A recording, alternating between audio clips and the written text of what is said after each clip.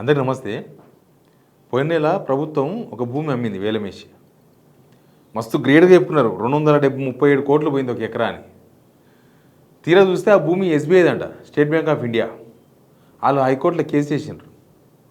ఇప్పుడు ఎవరో ప్రైవేట్ వ్యక్తులు కేసు చేస్తే మనం వేరేలాగా చూడవచ్చు. అది మా భూమి అంటే సరే గవర్నమెంట్ భూమి కొట్టాలని చూస్తున్నారేమో అనుకోవచ్చు. స్టేట్ బ్యాంక్ ఆఫ్ ఇండియా కోసం నాకు తెలిసి తెలంగాణ వచ్చిన తర్వాతనే ఇచ్చినట్టున్నారు ఆ ల్యాండ్ను. వాళ్ళ హెడ్ ఆఫీస్ కోసం ఇచ్చినట్టున్నారు.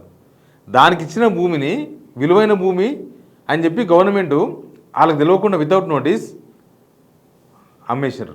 గౌరవ వెంచర్స్ అని చెప్పి ఒకరు కొన్నారు. మొత్తం 6.29 ఎకర్స్, మొత్తం 1490 కోట్లు వచ్చినాయి. మొత్తం జబర్దస్తుకున్నారు. తెలంగాణలో అసలు రియల్ ఎస్టేట్ లేదన్నారు. చూసిర్రా 237 కోట్లకు అమ్మినామని. తీరా చూస్తే ఇది పరిస్థితి. ముందు సబ్స్క్రైబ్ చేయండి, షేర్ కూడా చేయండి.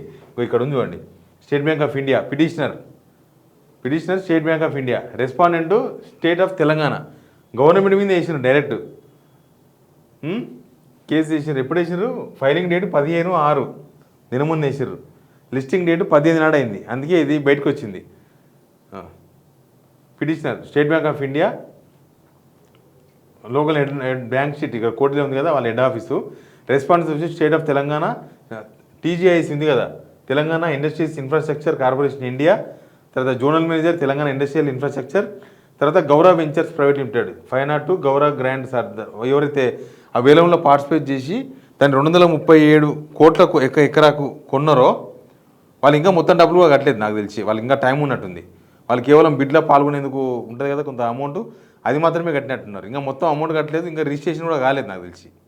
ఆ భూమి ఇప్పుడు వీళ్ళు ఎస్బీఐ వాళ్ళు మాకు అలాట్ చేసిన భూమి, గవర్నమెంట్ భూమే కానీ మాకు అలాట్ చేసిన భూమి, మా పేరు మీదకి వచ్చిన భూమి మాకు తెలియకుండా వీళ్ళకి లీజ్ ఇచ్చేది ఉండదు కదా. స్టేట్ బ్యాంక్ ఆఫ్ ఇండియా అంటే అది నేషనలైజ్డ్ బ్యాంకు కాబట్టి మాకు ఇచ్చిన భూమిని, మాకు అలాట్ చేసిన భూమిని మీరు ఎట్లా వేలం వేసినారు అని కోర్టుకు వేస్తే కోర్టు వాళ్ళు తెలంగాణ ప్రభుత్వానికి, తెలంగాణ టీజీఐఏసీకి, దానిలో ఉన్న జోనల్ మేనేజర్కు, వాళ్ళకు వీళ్ళకి అందరికీ వాళ్ళందరినీ ఇప్పుడు దీనిలో పార్టీ చేసినారు. బహుశా ప్రభుత్వానికి నోటీసులు, ఆ తర్వాత గవర్నమెంట్ నుంచి వివరణ. దీన్ని బట్టి ఏమర్థమవుతుందంటే ప్రభుత్వము ఎక్కడ భూమి ఉంటే అక్కడ కొట్టేస్తుంది అంటే గుంజుకుంటుంది, చెప్పకుండా గుంజుకుంటుంది.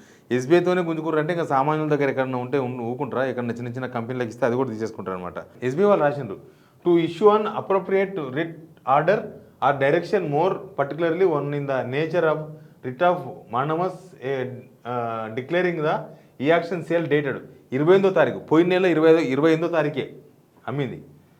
Is respect to petitioners property plot number 1, దాని కథ మొత్తం survey number 83/1, Hyderabad knowledge city, Raidurg, Panmaktha village, Serilingampally mandal, Rangareddy జిల్లా, district Hyderabad. Shown in the education e auction notice dated 6/5/2026, publish in Deccan Chronicle పేపర్లు ఇచ్చినప్పుడు నోటీస్ ఇచ్చారు కదా, దానికి సంబంధించింది 28వ తారీఖు నాడు వేలం వేసినారు. వీళ్ళ ప్రభుత్వానికి వచ్చిన ప్రాబ్లం ఏంది? మొత్తం ఇక్కడనే భూములు ఎందుకు అమ్ముతుందంటే ఎకరా పోతే ఒకటేసారి 100 కోట్లు 200 కోట్లు వస్తాయి. ఇదే 200 కోట్లు రావాలంటే ఏ ఆదిపట్లకు పోయో ఏ మేడ్చల్ పోయో అమ్మాలంటే 100 ఎకరాలు అమ్మాలి. కాబట్టి ఇక్కడైతే తక్కువ భూమి, అంటే ఒక ఉన్న భూమే చాలా తక్కువ, చాలా వాల్యుబుల్ భూమి. ఆ వాల్యుబుల్ భూమిని ప్రభుత్వ అవసరాల కోసం, ఫ్యూచర్ అవసరాల కోసం ఉంచుకోకుండా స్కూళ్ళకో, హాస్పిటల్స్కో, లేకపోతే రేపు ఎంఎన్సీ కంపెనీలు ఏమైనా వస్తాయి వాళ్ళకు జాగా ఇవ్వాల్సి వస్తుంది, మనలకు ఉద్యోగాలు వస్తాయి. అట్లా ఉండకుండా మొత్తం భూమి మొత్తం బరుకుతున్నారు. కోడికి కనుక ఈగెలివికి కమురుతారు చూసినావా చికెన్ చేసే ముందలా, అట్లా చేస్తున్నారు తెలంగాణ మొత్తం. ఇప్పుడు ఎస్బీఐ వాళ్ళు కేసు చేసినట్టే అర్థం చేసుకోవాలి. ఈ ప్రభుత్వం ఎంత దాహంతో ఉంది, భూదాహంతో ఉంది. భూమికి అనిపిస్తే చాలా యాక్షన్ వేయాలి, 100 కోట్లు కొట్టాలి, ఎవరికో కొట్టాలి, కమిషన్ పట్టాలి, కథం కథం దుకాణం మంది. ఓ స్కీమ్ ఇచ్చేది లేదు, రోడ్ వేసేది లేదు, బిల్డింగ్ కట్టేది లేదు. ఎంత దానం అంటే స్టేట్ బ్యాంక్ ఆఫ్ ఇండియాకి ఇచ్చిన భూమిని కూడా అమ్మేసారు. వారు కోర్టుకు పోయారంటే ఏమని అర్థం చేసుకోవాలి.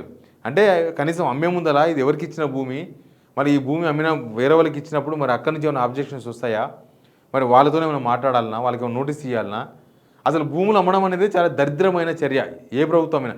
ఈ ప్రభుత్వం వచ్చిన 2.5 ఇయర్స్లో పోయిన ప్రభుత్వం 10 సంవత్సరాల కన్నా ఎక్కువ భూమి అమ్మేసిందట.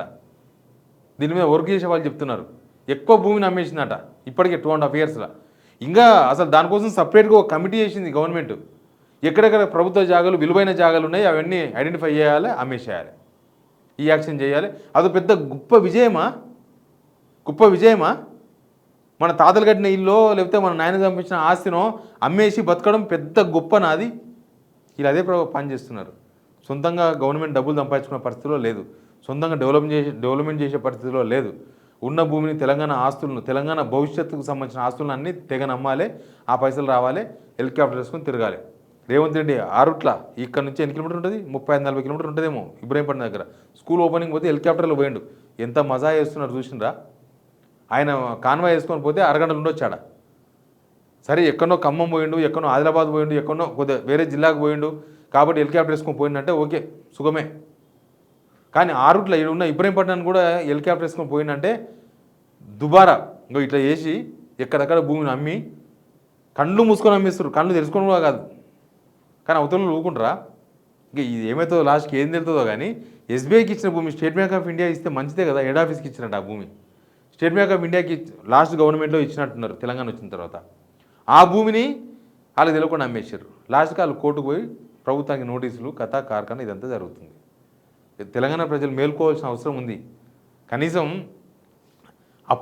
అప్పులు ఏం ఆగుతలేవు కదా.